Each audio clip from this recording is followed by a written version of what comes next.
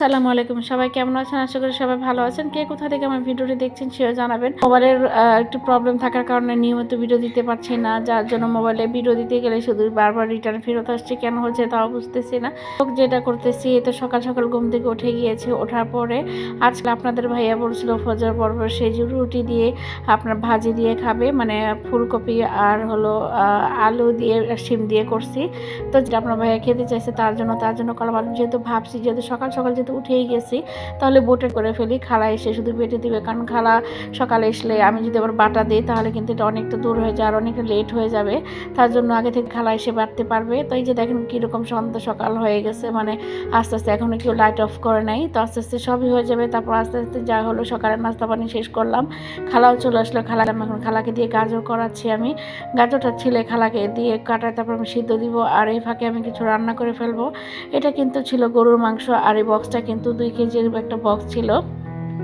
এই বক্সের ওটা নিয়েছিলাম যেহেতু 2 কেজি মতো রান্না করব। ঝোল ঝোল খাবে, বাবা বাড়ি থেকে একটু মহিষের মাংস দিবে, তখন দেখা যায় তরকারি আরও থাকবে। এখন যেটা করছিলাম একটু রান্না করতে বসছি, এই ফাঁকে দেখে আমার ছোটো খালা শাশুড়ি চলে এসছে। এখন সে কতক্ষণ একটু শুয়েছিল, শুয়ে থাকার পর এখন সে চলে যাচ্ছে, বলছে মা আমি চলে যাই, একটু পরে আবার আসবো। তো বিকালে তাকে রুটি বলছে, তাহলে বিকালে রুটি মহিষের মাংস দিয়ে দিলে নিয়ে আসলে আপনারা খেয়ে যাবেন। তাকে দাঁত দিয়ে ফেলাম। আর এই ফাঁকে খালা দিয়ে ফ্যান ট্যান ছেড়ে উনি ঘর মোছা শুরু করে দিচ্ছে। আসলে শুকনা ঘর মোছা, তাহলে কিন্তু ফ্যান মোছার কোনো প্রয়োজন পড়ে না।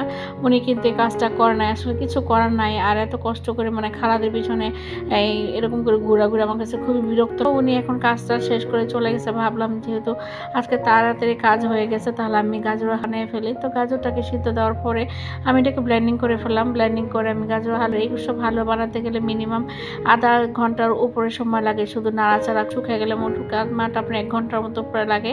তো যাই হোক, আমি কিন্তু দিদা হালুয়া বানাচ্ছিলাম আর এর ফাঁকে আমি একটু ভাজি করছিলাম। সেই ভাজিটা দেখিয়ে ফেললাম। একটু আমার গরুর মাংসটা রান্না হয়ে গেছে, মাশাআল্লাহ অনেক সুন্দর। একটা মাত্র অল্প একটু আলু দিয়েছি, কারণ যেহেতু আমার বাচ্চারা আলু খেতে পছন্দ করে। আমি এবার বেশি আলু দিইনি, শুধু অল্প একটু আলু দিয়েছি, যে এত আলু খাওয়াটাও কিন্তু ঠিক না। তো আমি কিছু রান্না বান্না করতেছি আর কিছু টুকিটাকি কাজ করতেছি। করার পরে আমি যেটা করতেছি যে আমি এখান দিয়ে কিছু কোটাকাটি করতেছি। আর খালা ঘর মুছে এখন সে কাপড় কাচতেছে, কারণ তার প্রায় কিন্তু কাজ পুরোপুরি শেষ হয়ে গেছে। শুধু সে কাপড় কেচে চলে যাবে। আর সে কাজ করতে করতে আমি দিদি হালুয়াটুকু বানাই ফেলছি। আর তাকে বলছে আপনি শুধু ঘর মুছে, শুধু সে পাকের ঘর পর্যন্ত মোছা হয়নি, এটা পরে ফিনিশিং দিবে। আর আমি হালুয়া গাজরটা করা শেষ হয়ে গেছে, এখন দিয়েছি বুটের হালুয়াটা।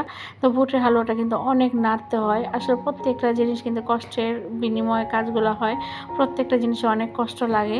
তো এই যে দেখেন আমার হালুয়া কালারটা কত সুন্দর আসছে। ক্যামেরাতে মাঝে মাঝে বুঝি না কেন যেন ফ্যাকাশে বোঝা যায়। তো এই হলো আমার ফাইনাল হালুয়ার কালারটা। হালুয়াটা কিন্তু ভালো করে থাবড়াতে হবে, যত থাবড়াবেন আর তত একটা স্মুথ একটা বেজ আসবে, আর দেখতে কাটতেও খুব ভালো লাগবে। আর এই হালুয়াগুলো অনেক ভালো করে টানাতে হয়। আমার কিন্তু ওই হালুয়াটা অনেক পছন্দ, বিশেষ করে মুগের ডালের হালুয়া করি। কিন্তু এবার জানি কেন আমার মুগের ডালের হালুয়া করতে ইচ্ছা করে নাই, ভাবলাম একটু গাজরের এই হালুয়াটাই করি, বোটের হালুয়াটা করলাম। আর হলো আপনার গাজরের লাড্ডুটা করব, কারণ এই গাজরের লাড্ডুটা আপনাদের ভাইয়া অনেক অনেক পছন্দ করে। তা সে গাজরের লাড্ডুটা আমার যখন বানানো হয় তখন 3-4টা খেয়ে ফেলে, এরকম একটা অবস্থা।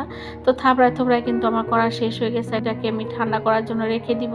তো একটার উপর একটাই রেখে দিব, কোনো সমস্যা হবে না। আর আমার গাজরের কালারটা এত সুন্দর হয়েছে, দেখেন কত সুন্দর একটা কালার হয়েছে গাজরের। তো আমার সবই মোটামুটি কাজ শেষ হয়ে গেছে। একটু পরে আমি ফ্রেশ হয়ে আমি আমার এই কাজটা শুরু করে দিব। তো ফাইনালি কিন্তু আমার অনেকটা কাজ হয়ে গেছে, বিকেল হয়ে গেছে। বিকেলে আমি যে গাজর হালুয়াটা বানিয়ে ফেললাম। আর এই হলো আমার সন্দেশ বলে আমার মানে বুটের হালুয়াটা আমি করে ফেললাম। তারপর একটু পরে দেখলাম আমার ভাইও চলে আসছে। সে আসার পরে এরকম মহিষের মাংস নিয়ে এসছে। আমি মহিষের মাংস দিয়ে আমি এখন রুটি খাচ্ছি। এরকম রুটি দিয়ে, চাউলের রুটি দিয়ে কে খান, কোন দেশে কীভাবে পালন করেন অবশ্যই জানাবেন। আর আমার মা মহিষের মাংস একটু আলু আর পেঁপে দিয়ে রান্না করছে। দেখেন আমার গাজরের হালুয়া কতটুকু হয়ে গেছে। আমার খালা শাশুড়ি ছিল, তাকে দিয়েছি, আমরা খাচ্ছি, তারপর বাড়িতে একটু দিব, এই আর কি। তো এবার কিন্তু আমি অনেকটা কম বানাইছি। আসলে তেমন একটা খাওয়া হয় না, এখন বাচ্চারা বড় হয়েছে তো বুঝলাম যে এখন খাওয়া হচ্ছে। তো সবাই ভালো থাকবেন, আমাদের জন্য দোয়া রাখবেন। আসসালামু আলাইকুম, আল্লাহ হাফেজ।